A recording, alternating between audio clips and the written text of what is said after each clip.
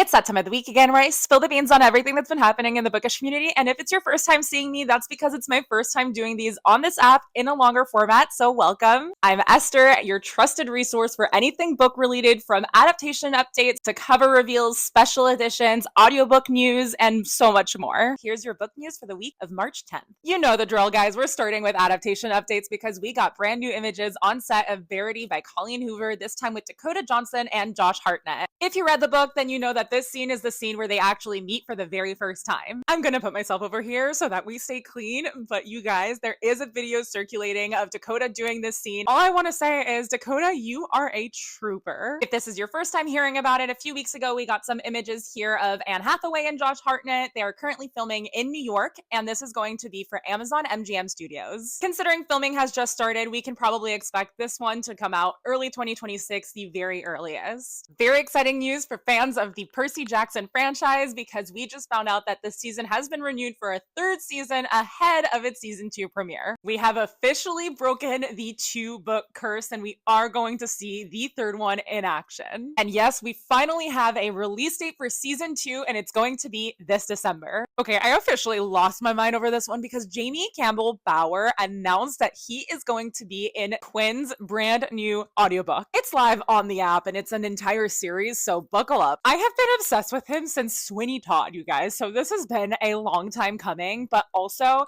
I mean, Twilight, Mortal Instruments, and just do yourself a favor and also go check him out on Spotify, because his voice. We're gonna keep going with the good news on audiobooks, because Rewinded Back by Liz Tomforty is going to have Megan Wicks and Connor Cray as their narrators. And if Megan's name sounds familiar, that's because she also did Miller's voice in Caught Up. And you might be familiar with Connor as well, because he's done a lot of romance audiobooks, including Broken Harbor by Catherine Cowles, which was so darn good, but he also just did The Fall Risk by Abby Jimenez with Julie Whalen. Speaking of Connor Cray, he's also going to be doing the duet-style narration audiobook of Bourbon and Lies by Victoria Wilder with Samantha Brentmore. And yes, you definitely know who Samantha is, because she just did Wild Side by Elsie Silver, she did Play Along by Liz Tomforty, she's also done Scythe and Sparrow by Brynn Weaver, and the list goes on. Elsie Silver is officially a #1 New York Times bestselling author thanks to Wild Side. But that's not the only thing that she updated in her profile, because you guys, we have an Untitled book coming very soon. I did post a deep dive on what to expect next in the Elsie Silver universe, but if you want me to do a whole video on this platform, let me know. Mark my words, we are for sure going to Emerald Lake next. I don't know about you guys, but I am beyond excited about this one. Sunrise on the Reaping releases on Tuesday, and they posted an entire 12-hour countdown to the release. This is the second sequel, and it happens 40 years after The Ballad of Songbird and Snakes, 24 years before the first Hunger Games novel. This is going to be Hamish's very anticipated story, and it is the second quarter quells, which were absolutely insane. Just prepare to have your heart torn and shred into pieces. I don't know if you remember, but a few weeks ago, Rebecca Yarros posted a very mysterious post in which she said that she was working on something, but she wasn't working on the 4th book, and she wasn't working on the romance book she said she would work on before book 4. Well, we did get the confirmation this week that she was in fact working on an Empyrean project, and we are getting graphic novels of the Empyrean series. This is a 6-book deal that will cover the first 3 books in the series, so I'm assuming we're going to get 2 books per book.